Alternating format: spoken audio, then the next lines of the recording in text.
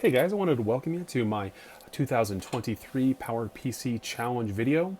I know the challenge technically is over. I think it ended on the 14th or 15th of the month, but better late than never. I wanted to get these videos out for this year's challenge, talking about the machines that I'm using this year, as well as the trials and tribulations year to year between 2022 and 2023. What did I experience that? What changed? I also thought I would recap kind of the software that I'm leveraging to be successful this year for those folks that are new to the PowerPC retro community, and what do folks use. They can leverage this video and see what I'm using to be successful. Now let's talk about the machine. This is a Powermac G4 Quicksilver. It started its life as a single CPU, 733 megahertz education model. Actually got it free right on the side of the road. It was just being rained on. Got dumped for garbage, and I was like, heck yeah, I'm taking that. And I did. That was many years ago. I have since upgraded it to that dual 1 gigahertz daughter card, so it has dual 1 gigahertz CPUs. Both have functioning 2 megabytes of L3 cache on it. I've maxed out the memory, has 1.5 gigs of PC133 SD RAM. I've maxed out not maxed out, but I've upgraded the GPU to an ATI Radeon 9000 Pro, so it has a comfy 64 megs of memory. Video memory. I've upgraded the spinner to a 120 gigabyte NeTech SSD, and quite snappy in comparison to the two. Really great. Now, in terms of the hardware on the back end, I've got a USB 2 card, PCI card in there, and in the internal port on that card, I have a Bluetooth, a Cambridge Radio 2.0 Bluetooth dongle plugged in. Works great, seen as native Bluetooth. And instead of using that credit card, NOS airport card for this machine, I did upgrade to a Dynex PCI Wi-Fi controller, so I can access a broader range of modern networks and what have you, and that works great as well. Now, outside of hardware, let's jump into the software. Now, big changes year to year for me in terms of video playback. Let's just hit that right off the top. In past years, and on most machines, I leverage Wiknix's 10.5 tube. It is a fantastic app. I absolutely adore it. I run version 5 on most of my machines, but for some reason, this is absolutely user error. This is not at all Wiknix is doing. I have done something to the Vanilla Leopard 10.5.8 install on this machine. I either have done something to the install, or I have installed an app or a script or software or something that makes 10.5 tube not play well. It crashes on this machine specifically. So to remedy that, I've got a series of solutions, none of them quite as good as 10.5 tube. I mean, I love 10.5 tube, but they are solutions nonetheless. I have on this machine running interweb PowerPC. And when you run the the Android mobile UA on this machine, it actually in browser streams video okay. It's not bad. Additionally, Wiknix did release the equivalent, the interweb PowerPC equivalent of 10.4 Fox boxes. Okay, if you guys recall those Fox boxes. So you can have a separate instance of the browser dedicated to specific websites that tend to be big. So I have one. I built one for eBay. Works great. Built one for YouTube. It works. Okay. It works. It works okay. It does its job. But I'm not terribly enthused with it. But it is a solution, so I thought I would put it out there. I think the solution that I'm enjoying the most, with one caveat, and we'll talk about that, is PowerPC Media Player. It is a fantastic app. It was built over by the good folks over at Mac Rumors forum. I think it was Alex Free, Wiknix, and Dronecatcher put that puppy together. I really enjoy the software. You can leverage that software to download to stream a video URL off of YouTube. Now the caveat is you have to go on to the YouTube website to grab the URL, and that's kind of a pain in the butt because the website's clunky and kind of slow, definitely slow on these older machines, and that's the only thing about that's kind of a bummer. But again, the application is right here. I'll just demo it for you real quick. So you just choose stream YouTube video. You've already gone at this point to the website to download the URL. It is in your, it is copied to your computer, and this app will see it. Okay, you see it right here. Resolution for streaming is what we're going to choose here, and then it has the web address for the URL for the video. Anyways, we'll just choose 144p, make it nice and small, and the video starts to download. The app downloads the video, and it will start streaming it here in a few moments. You'll see it pop up, and I really enjoy this app because I frankly use a lot of these videos more as podcasts, as audio, versus versus video. So I like this small instance of the video. Here it is. Oh, I've got it really quiet. But more on that. There we go. There, Today, you can see it's an action retro video. We're taking this humble Powermac G4 digital audio from. Anyhow, so I can take the video and I can, tuck it away in the corner or minimize it, and I can still, listen to it. And that's primarily, most of the time, that's what I use YouTube for. I listen to the audio, not so much the video, on any device, whether it's one of these old clunky, vintage PowerPC Macs or my i7 gaming machine. That's how I use YouTube. Now, anyways, so that's the kind of that's the way I've been getting around not having 10.5 work on this machine, because I did something.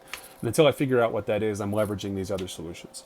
I still highly recommend on your machine that you do use 10.5, which is accessible on the Macintosh Garden. You can go over there, download it, install it on your Leopard-based or Sorbet-based machine, and you will be off to the races. Now, let's keep chugging along here. Music. There are some neat music innovations over the, at least new to me, innovations over the course of the year. I definitely already, I've talked about this before. For most of these machines, I leverage iTunes 10. Works great. You can stream music, play my iTunes library. Boom, done. It's great.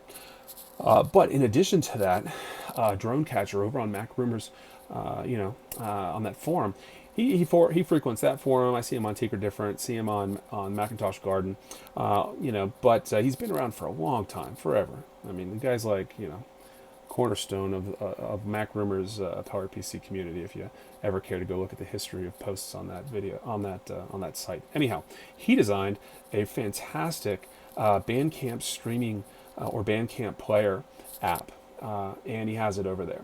And I renamed it when you install it. When you drop it in your system, it just says BC. So I renamed it Bandcamp Streamer, just so it's easier for me to just remember. And what you do with this, it's really simple.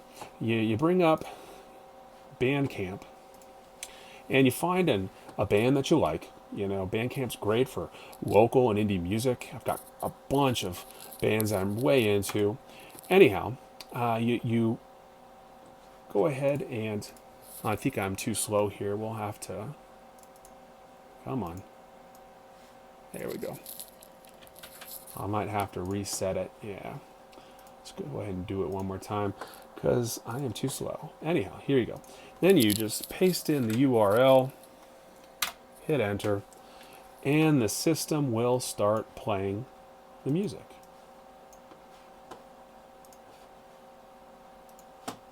Bring up the speaker. And it's good quality. And it's, again, fantastic. I really enjoy this app. Highly recommend you guys, install it, get it working on your own vintage PowerPC machines. There are situations where, granted, I have most of this music, that indie music and local music that I'm into, on my, purchased and on my hard drive, that has my music library. But there are instances where I don't have access to it, and this is a fantastic option on those machines and those times.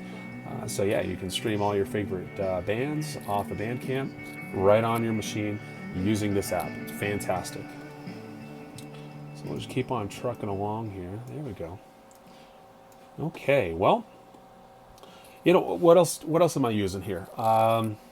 for the new folks, new to PowerPC computing, retro computing, and they're not looking at Linux or anything like that.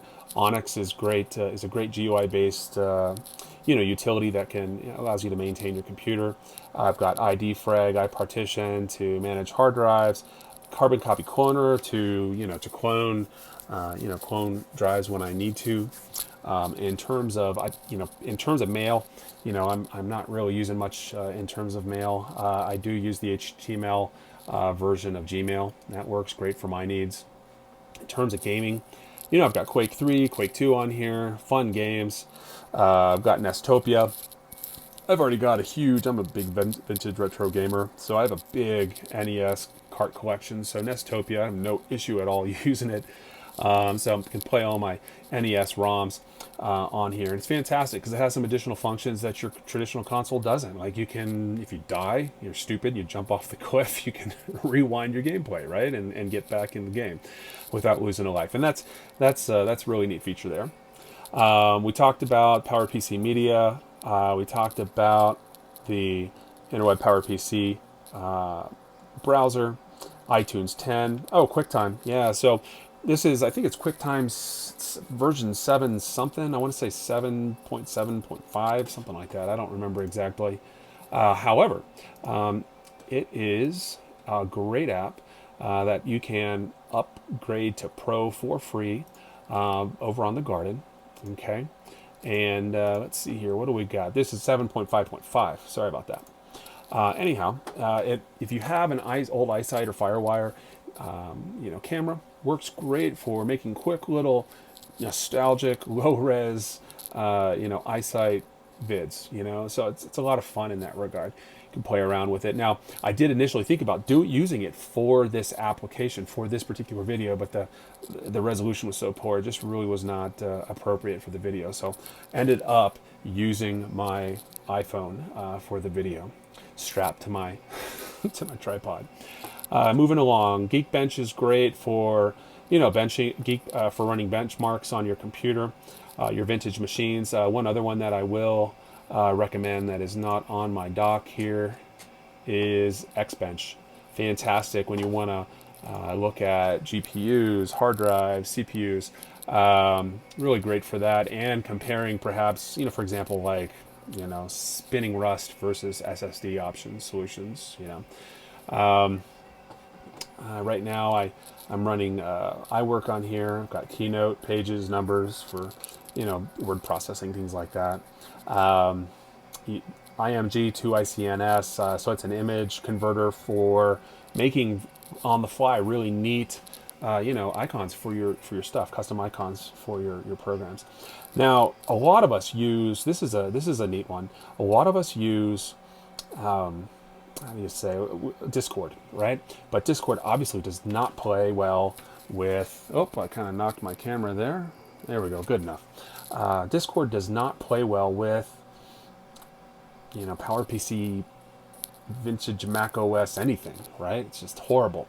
Wicknix to the rescue again. The guy is so prolific, makes all these really neat apps. So what he did was he was able to take LimeChat as the front end and leverage Biddleby as the back end. And with it, you are able to access all of your favorite Discord servers and their channels, right? So I've got Tinker Different on here. I've got MacYak on here. And you just keep an eye on what folks are talking about. And that way you're not out of the loop when you're leveraging these vintage machines. Granted, I mean, we all have Discord on our phones and whatnot, but in the spirit of the challenge, this is a fantastic solution that Wicknix knocked out. So, last year we had quite a few. We had PowerChord and Discord Lite and all these other apps, but